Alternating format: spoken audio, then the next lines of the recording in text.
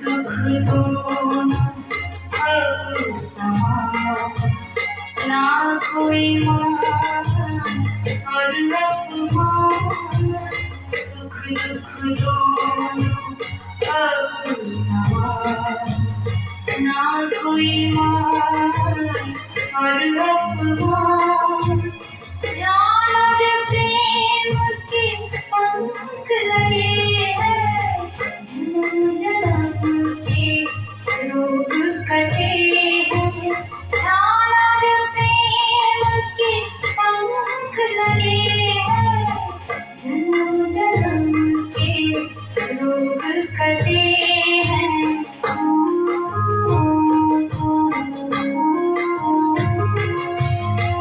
सबको आत्म ज्ञान जिया,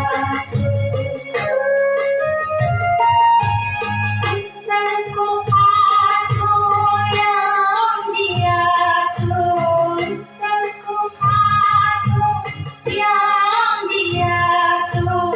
जीवन मेरा सरल हुआ जब से तूने संन्यास लिया है, जब से तूने संन्यास लिया है।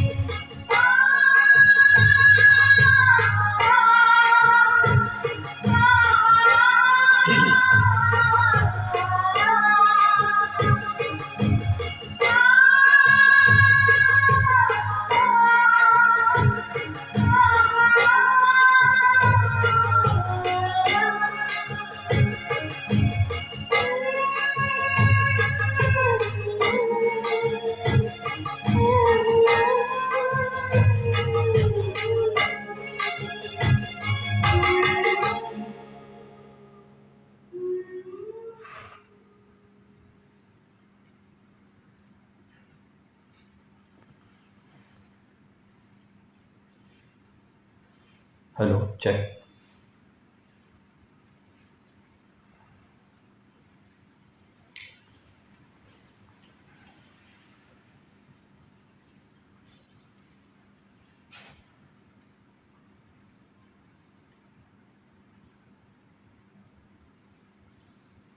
इन 3 दिनों के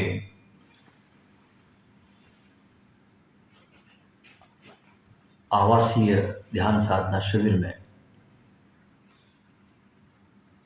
बहुत प्रेम की, शांति की, आनंद की वर्षा हमारे हृदय में हुई। बहुत हम भीगे। संसार की जितनी भी धूल धुआंस कालिख जो जमा हो जाती है, वो सब एक बार आपकी पूरी साफ हुई।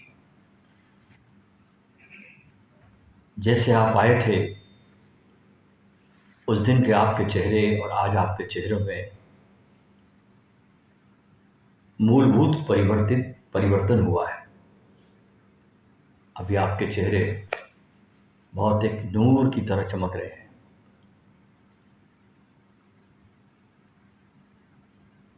आज के इस आखिरी दीक्षा महोत्सव के दिन कुछ महत्वपूर्ण बातें मैं आपसे कहता हूं, जिसे बहुत दक्षचित्त होकर, ध्यानपूर्ण होकर आप सुने। ये आपके जीवन में बहुत कल्याण करेगी। पहली बात, इन 3 दिनों के साधना से, शिविर में रहने से, साध संगत में बैठने से, यदि परमात्मा को पाने का ख्याल आपके भीतर एक लपट बन गया हो, तो उस ख्याल को जल्दी से कार्य में लगा देना। पहली बात, क्योंकि इस लपट को बुझने में भी देर नहीं लगती। लपट उठती है और अगर हमने उसको संभाला नहीं तो वो बुझ भी जाती है। तो अगर इन 3 दिनों में आपके भीतर वो प्यास ने जन्म लिया सत्य को पाने की प्यास, परमात्मा को पाने की प्यास, स्वयं को जानने की प्यास ने अगर जन्म लिया है और वो ख्याल आपका एक बहुत लपट बन गया हो, तो इस विचार को, इस ख्याल को जितना जल्दी लगा सके उतनी साधना आपकी और बलवती हो जाएगी। क्योंकि जो शुभ कार्य को करने में देर करता है, जो शुभ कार्य को करने में देर करता है, वो चूक जाता है। और हमारी आदत क्या है कि हम शुभ कर्मों को टालते चले जाते हैं और अशुभ को बहुत जल्दी जल्दी करने लगते हैं। क्योंकि कल का कोई भरोसा नहीं, जीवन पूरा अनिश्चित है। मृत्यु तुम्हारे जीवन में कभी भी आ सकती है। इसलिए अगर शुभ भाव ने, शुभ संकल्पों ने आपके जीवन में अगर जन्म लिया है तो उनको पूरा करने में देर ना करें। पहले प्राथमिक चरण पे इसको रखें। तो पहली बात, कल पर मत डालना। जो आदमी सोचता है कि नहीं कल कर लेंगे, इसका मतलब है कि वो करना नहीं चाहता है। साफ मतलब है कि वो करने में इंटरेस्टेड है ही नहीं।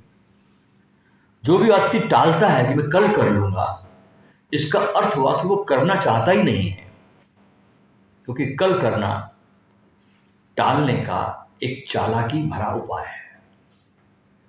आदमी चालाक है, बहुत अच्छे अच्छे शब्दों से टाल लेता है। जैसे हम बहुत से मित्रों को बुलाते हैं कि भाई आओ, शिविरों में आओ, आश्रम पे आओ, थोड़ा जीवन को अपने विकास का अवसर दो। तो आदमी एक बड़ा गजब का बहाना ढूंढता है चालाकी का। क्या कहता हमसे? भगवान की मर्जी होगी तब आएंगे।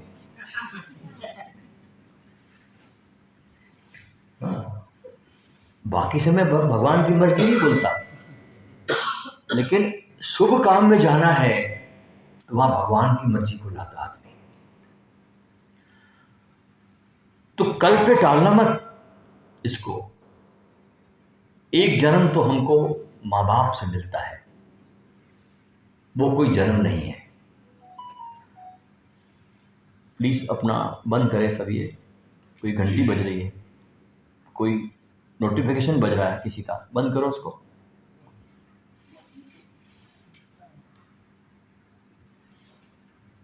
किसका फोन है ये? आपका है? बंद कर दो सब। कृपया आपने नोटिफिकेशन बंद कर दे फोन। यहां आने के पहले आपने फोन बंद ही कर देना चाहिए। इतना तो होश होना चाहिए ना।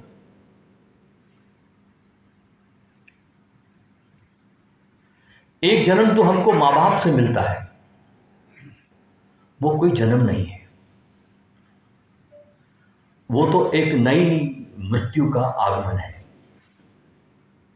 जन्म क्या है? एक नई मृत्यु का आगमन है। वो जन्म नहीं मिला, नई मृत्यु का आपको एक निमंत्रण मिला, एक आगमन मिला। एक और भी जन्म है जो आपको माँ बाप से नहीं मिलता, वो आपको अपनी स्वयं की साधना से मिलता है। आप अपने स्वयं को ही जन्म देते हैं और वो जन्म प्रत्येक को खुद ही देना पड़ता है। इसमें कोई दूसरा नहीं है। अच्छा, संसार में सभी मनुष्यों के जीवन में दुख आता है। ऐसा कोई धरती पर प्राणी नहीं जिसके जीवन में दुख नहीं आता हो। संतों के जीवन में भी आता, आम आदमी के जीवन में भी आता, सबके जीवन में दुख आता है। क्योंकि आप संसार में कुछ अनुभव करने को आए हैं। सिद्धशिला पर बैठने को नहीं आए आप, कुछ न कुछ अनुभव करने को संसार में आप आए। दुख आएगा ही। लेकिन साधारण व्यक्ति के सामने अगर दुख खड़ा हो जाए तो साधारण आदमी क्या करता है? दुख को बुलाने का काम करता है।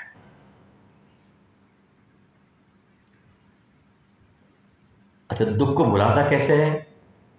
आदमी शराब पी लेगा, वेश्यागृह चला जाएगा, ताश खेलने लगेगा, लोगों को गप मारने के लिए ढूंढने लगेगा, ये कर लेगा, वो कर लेगा।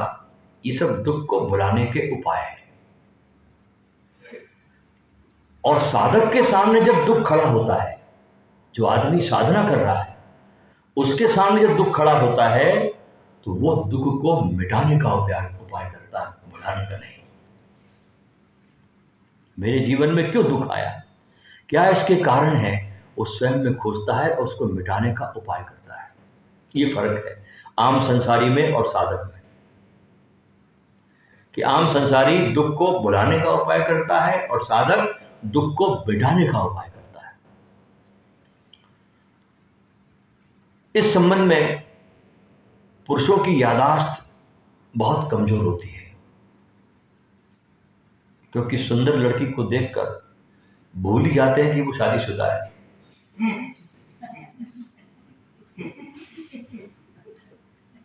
कोई भी सुंदर लड़की देखता है तो भूल जाता है कि मैं शादीशुदा हूं। उनकी याददाश्त बहुत कमजोर होती है। दुख को भुलाने का उपाय एक तरह की मूर्छा है। आप 24 घंटे दुख को भुलाने का काम कर रहे हैं, लोगों से बातें कर रहे हैं, संगीत सुन रहे हैं, शराब पी रहे हैं, ताश खेल रहे हैं, जुए में लगे हैं, किसी और उपद्रव में लगे हैं। देखिए लोगों के जीवन में कितने उपद्रव हैं। कुछ आदमी उपद्रव का झंडा हाथ में ले ही लेता है, वो शांति से जीने की कला नहीं सीखता। बस किसी तरह अपनी याद ना आए, अपने को भूल जाए, ताकि तुमको दिखाई ना पड़े कि तुम्हारे जीवन में कितने अजगर है दुख के भीतर, कितने सांप पल रहे हैं। इस सांप को देखना नहीं है, उसको, इस अजगरों को देखना नहीं है भीतर, इसको भुला देना है। जर्मनी में एक बहुत प्यारा आदमी हुआ, उसका नाम था इकहार्ट। एक दिन वो जंगल में गया हुआ था। जब भी कोई साधक होता है तो साधना के लिए श्रेष्ठतम जगह का चुनाव भी करता है। एक बार वो किसी वन में गया हुआ था और एक सुंदरतम झाड़ के नीचे शांत इकहार्ट बैठा हुआ था। उसके कुछ मित्र भी जो बहुत उसके यार थे, वो भी जंगल में घूमने गए थे। जब घूमते घूमते उनके मित्रों ने देखा कि इकहार्ट अकेला बैठा है, कोई उसके पास है नहीं, तो वे उसके पास में गए और उन्होंने कहा, हमने देखा कि यार तुम अकेले बैठे हो, सोचा चलो तुमको कंपनी दे दें, तुमको साथ दे दें। इकहार्ट ने उनकी तरफ देखा और कहा कि मित्रों, इतनी देर तक मैं परमात्मा के साथ था, तुमने आकर मुझे अकेला कर दिया। इतनी देर में परमात्मा के साथ था, तुमने आकर मुझे अकेला कर दिया, उससे मुझे तोड़ दिया, क्योंकि मैं अपने साथ था। और हम क्या है, इससे ठीक विपरीत है। हम 24 घंटे किसी न किसी के साथ है और कहीं अपना साथ ना हो जाए इसको भूल रहे हैं। इन 3 दिनों में जो ध्यान की, प्रेम की, सुमिरन की जो बात की है, वो अपने भीतर गहराई में जाने देना इन प्रयोगों को, और उस तक जाने देना जिस केंद्र पर सिर्फ आप हो, उस केंद्र तक, उस गहराई को जाने देना जहां आप हो, जहां आपके अलावा कोई भी ना हो। और वो आपका जो केंद्र है ना, वो बहुत अद्भुत है, बहुत रोमांचकारी है, बहुत आनंदमयी है।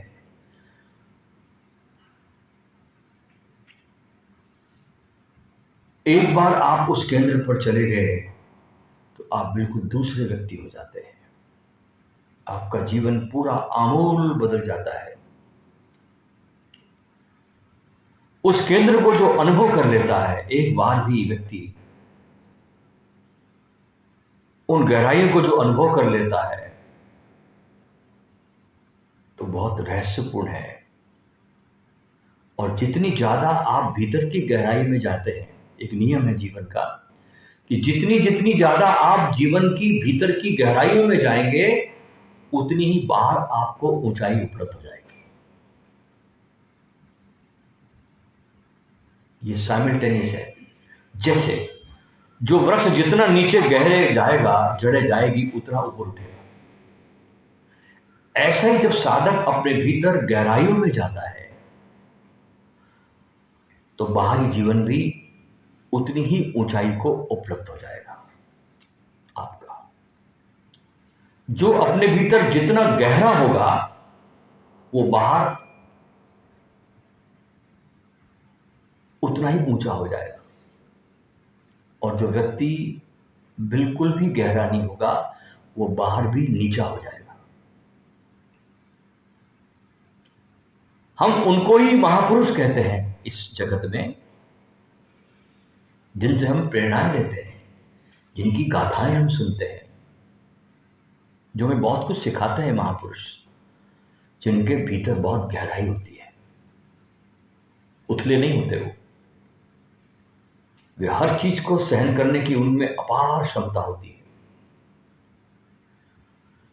उस गहराई के लिए जिसकी मैं बात कर रहा हूं, अब कैसे अपने को साधे और कैसे अपने को संभाले, कैसे वे बीज बोए हम जिससे कि हमारे जीवन में खिलावट हो,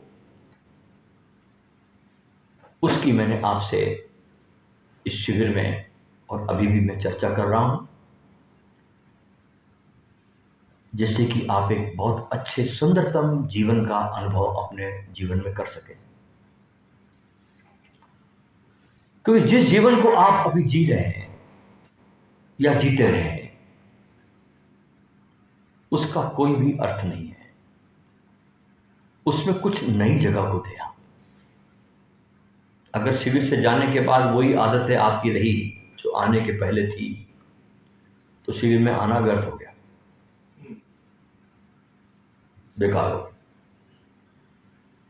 वही आदत से आपने जिया जिस आदत से आप आए थे यहां और जाकर के वही जीने लगे तो कोई मतलब नहीं है। तो उसमें तो सिवाय फिर मृत्यु के अलावा और कोई परिणाम निकलेगा नहीं। Only you are waiting for death. कुछ नया, कुछ परिवर्तन, कुछ नया विकास। इसलिए इस जन्म के लिए आपको जो अपने को देना है, अब एक क्षण को भी समय को गंवाना नहीं, खोना नहीं। और धर्म जो है वो किसी भी तरीके से परिवार का और संसार का विरोधी नहीं है, ध्यान रखना। क्योंकि धर्म तो आत्मिक परिवर्तन है, परिस्थिति से उसका कोई भी वास्ता नहीं है। उसका वास्ता मन की स्थिति से है। मन की स्थिति बदलना है आपको, वो मन को बदलने की बात है, परिस्थिति को बदलने की बात नहीं है। लोग परिस्थितियों के बदलने के पीछे चले जाते हैं, पत्नी छोड़ देते, बच्चे छोड़ देते, घर द्वार छोड़ देते, हिमालय में चले जाते। भीतर गुस्सा वही है, उसी गुस्से को लेकर हिमालय पे जाते, मन को नहीं बदलते। वही क्रोध, वही वैमनस्य, वही घृणा, उन सब को लेकर हिमालय पे चले जाते लोग।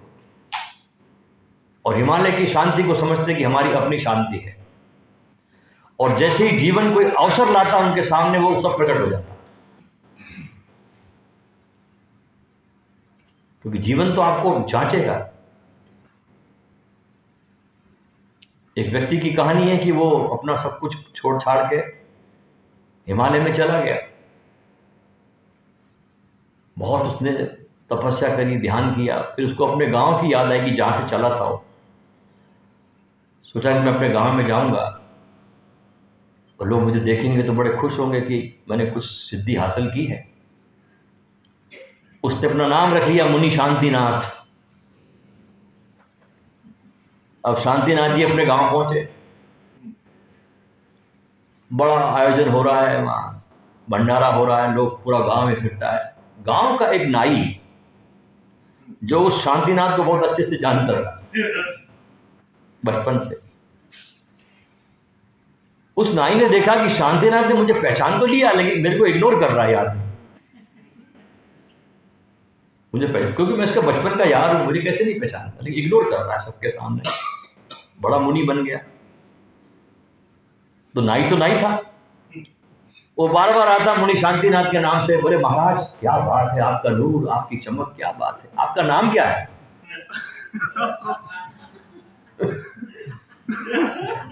तो बोले मेरा नाम मुनि शांतिनाथ है। हाँ, क्या बात है महाराज, शांतिनाथ, जय हो। फिर नाई अपने काम में लग गया, लोग शांतिनाथ के पैर छू रहे, सब कर रहे।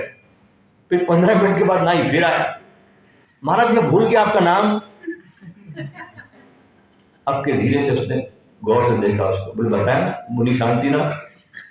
ओहो महाराज मैं क्या करूं, मैं भूल जाता हूं। फिर नाई अपने काम में लग गया।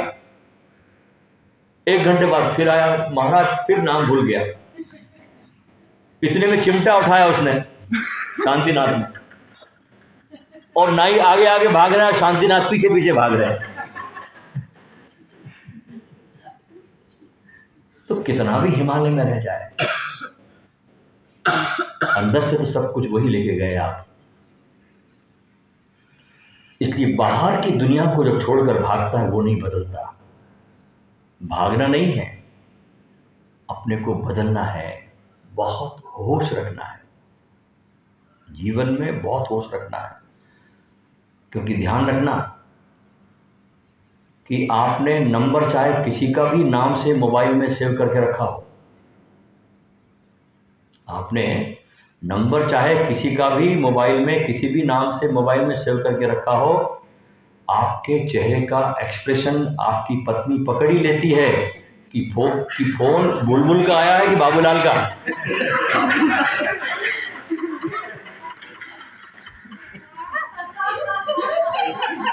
ध्यान रखना, चाहे आपने कोई भी नाम पे सेव कर रखा हो फोन में, आपका चेहरा बता देगा आपकी पत्नी को कि फोन जो है वो बुलबुल का आया कि बाबूलाल का आया। इसलिए सदा होश रखना जीवन में, और पत्नियों के पास तो खास होश रखना कि वो पकड़ने में माहिर है। तो इसको स्मरण रखें कि आपको अपने को बदलना है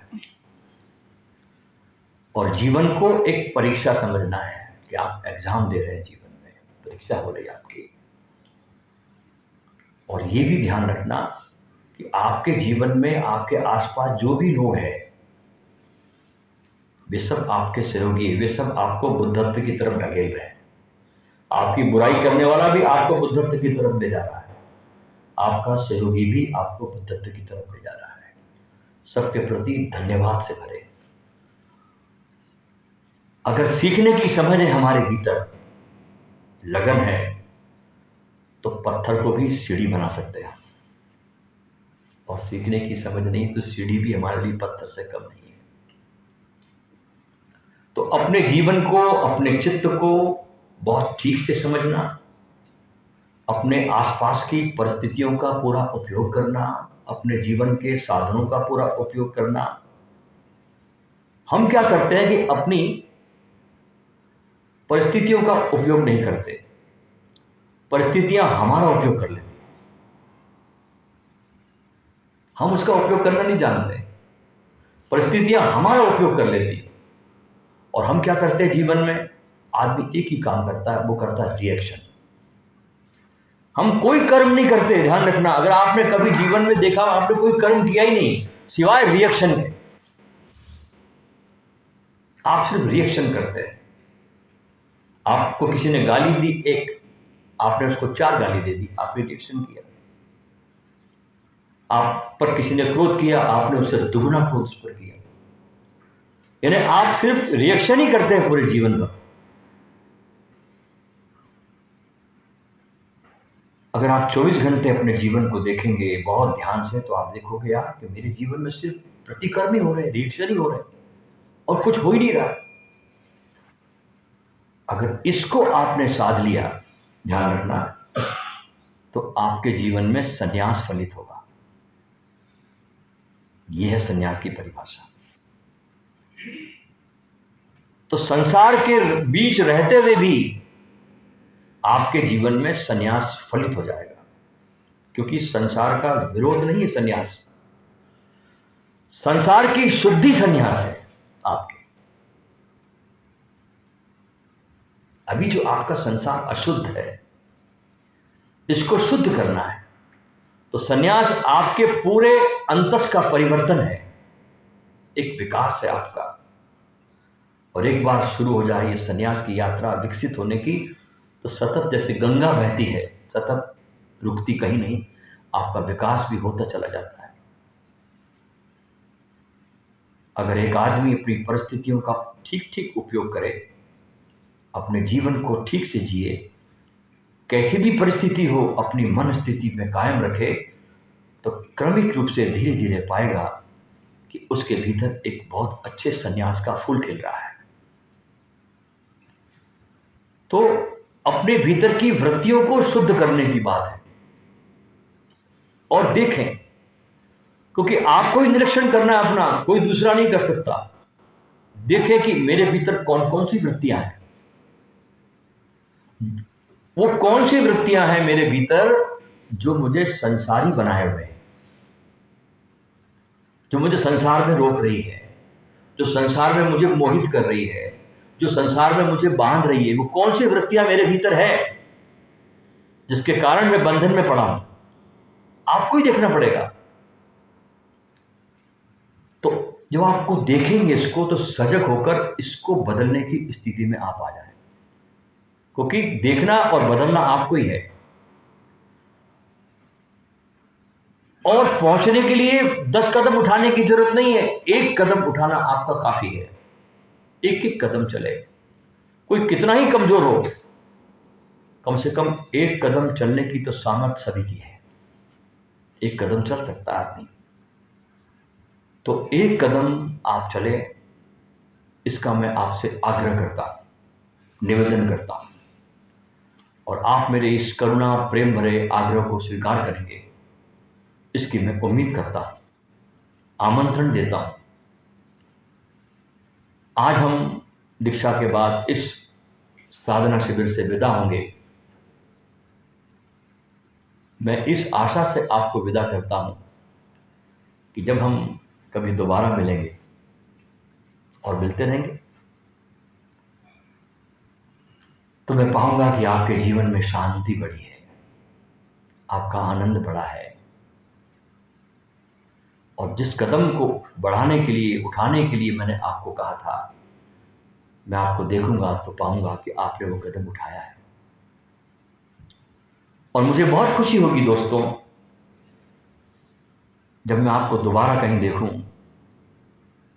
कहीं आपसे मिलूं फिर किसी शिविर में, तो पाऊं कि कुछ अमृत की बूंदें आपके करीब आई है और आप कुछ अमृत के झरने के पास कुछ करीब पहुंच गए हैं। परमात्मा करे एक एक कदम उठाने की सामर्थ्य आपको दे, शेष कदम उसके बाद अपने आप उठ जाते हैं। एक कदम आपको उठाना है, एक ही कदम। वो एक फिराक गोरखपुरी का शेर है, कहता है वो कि एक कदम उठा था गलत राह शौक में, एक कदम उठा था गलत राह शौक में, और मंजिल तमाम उम्र मुझे ढूंढने लगी। इससे उल्टी बात भी सही है कि एक कदम तुम्हारा सही रास्ते पर पहुंच जाए, एक कदम बिल्कुल मंजिल के तुम पास आ जाते हो। उठाओ एक कदम, करो हिम्मत, जुटो साधना में। क्या लाए थे तुम और क्या ले जाओगे?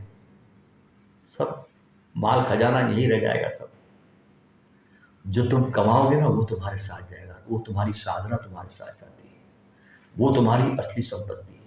तुम्हारा सूक्ष्म शरीर एक सुई भी साथ में नहीं ले जाता, ध्यान रखना। सूक्ष्म शरीर तुम्हारा यात्राएं करता है अलग अलग जन्मों में, वो अपने साथ एक सुई भी नहीं ले आ सकता। लेकिन जो सूक्ष्म शरीर में तुम ये डाल रहे हो ना खजाना, साधना का ये चाहता है। उसके अनुसार फिर तुम गर्भ का चुनाव भी करते हो कि मुझे कहाँ जन्म लेना है, किस घर में मैं जन्म लूँगा जहाँ मेरी साधना और बलवती होगी। ये तो कहीं भी कूड़े कचरे में डाल दिए जाते हैं। हम देखते हैं हमारे सामने हजारों लोग हैं जो कचरे के ढेर में ही पैदा होते हैं, वहीं जीते और वहीं मर जाते लोग, यह कारण नहीं। और एक आदमी गौतम बुद्ध, महावीर, ये राजघराने में पैदा होते हैं, अकारण नहीं। पूरे की पूरी साधना कर्मों का सिलसिला है आपका। तो मेरे आग्रह को आप माने और अब घर जाकर के आपको जो मैंने बताया वो करना है। और 5 चीज़ों पे अब आपको ध्यान देना है। अब ध्यान से सुनना। जाने के बाद पहले तो आपको ध्यान देना है अपने शरीर पर। क्यों? क्योंकि ये आपका रथ है, आपकी गाड़ी है जिस पे आप बैठे हैं। गाड़ी कमजोर हो गई तो यात्रा नहीं होगी। तो अपने शरीर को बहुत स्वस्थ रखना है, मजबूत रखना है। इसके लिए जो भी उपाय हो सकते हैं, अच्छा खान पान, समय पे खाना, समय पे सोना, योगासन करना, प्राणायाम करना, ध्यान करना, जो भी लगे इस शरीर को, थोड़ा घूमने जाना,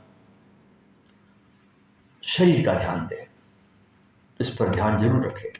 क्योंकि 70 साल, 80 साल, 60 साल के लिए आपको ये रथ मिला है चलने के लिए, इसको खराब मत करना। हम अपनी छोटी मोटी कारों को भी जाके सर्विसिंग पे दे आते हैं हर 10,000 किलोमीटर। ये भी तो बेचारी गाड़ी है, इसको भी तो सर्विसिंग पे देना चाहिए, नहीं देना चाहिए कि सिर्फ इसको से काम ही काम लेना है। और अगर तुम इस पे अत्याचार करोगे ये फिर बदला लेगा। तो इस पे अत्याचार नहीं करना है शरीर पर, शरीर को प्रेम करना है और शरीर का ध्यान रखना है, शरीर को बहुत खूबसूरत बनाना है। उसको जो भी लगता है उसको दो इस शरीर को। एक तो तल आपका शरीर, दूसरा प्राण।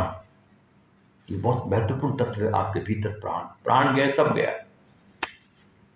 तो प्राणों को व्यर्थ में खर्च मत करो, चिंता में, दुख में, भय में। ये सब प्राणों को सौंपते हैं आपके। अगर आपके जीवन में चिंताएं आ गई तो आपके प्राण हनन होने लगे, आप कमजोर होने लगे।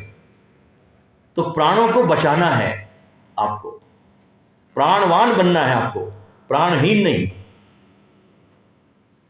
तो प्राणों को बचाइए दूसरे तल पर। चिंता, भय, इन सबको त्यागिए, इनको अपने जीवन में स्थान मत दें। और फालतू में प्राणों को खर्च मत करें कि बैठे टीवी के सामने 2-2, 4-4 घंटे, खाना भी खा रहे और रिमोट भी देख रहे। तक बहुत लोगों की गंदी आदत होती है। या फिर खाने के टेबल पे आदमी बैठा है, मोबाइल लेके बैठा। अब टीवी तो आउट ऑफ डेट हो गया, अब मोबाइल हो गया, लोग बात कर रहे हैं फोन पर। तो शरीर को थोड़ा स्वस्थ रखें, प्राणों को ज़्यादा खर्च मत करें। तीसरा तल है आपका मन। यह आपके पास बहुत बड़ा यंत्र है। अभी तक इतना बड़ा यंत्र वैज्ञानिक भी कभी खोज नहीं पाया। इतना स्पीड वाला यंत्र आपके पास परमात्मा ने दिया, मन। तो मन को सदा प्रसन्न रखो, उससे दोस्ती करो, उससे दुश्मनी मत पालो, उससे झगड़ा मत करो। मन को सदा प्रसन्न रखो। अच्छी उसको कोई गीत सुनाओ, अच्छे गाने सुनाओ, उसको तरंगायित करो। हम अक्सर देखते लोग गाने भी सुनते तो ऐसे सुनते हैं कि चांदी की दीवार न तोड़ी, प्यार भरा दिल तोड़ दिया।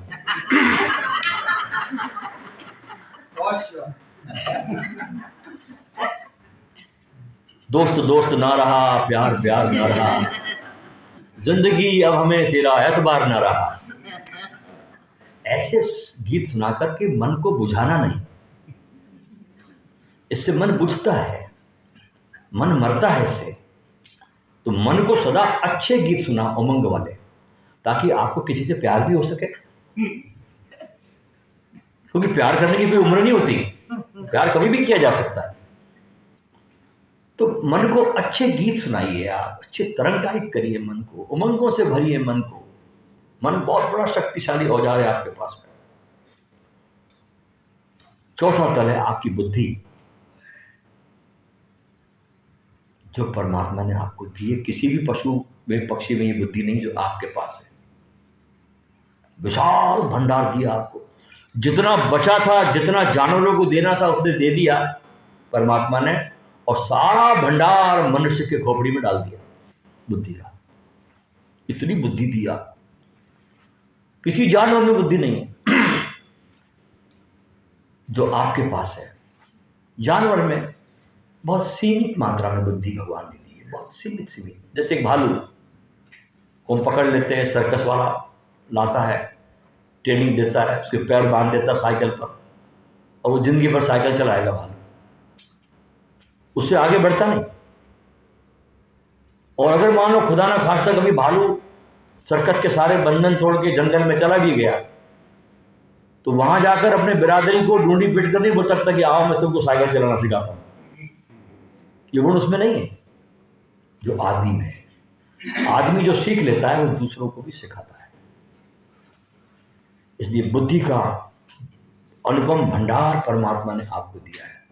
तो बुद्धि को सदा ही अच्छे अच्छे महापुरुषों से जोड़िए, अच्छे ग्रंथ घर में लाइए।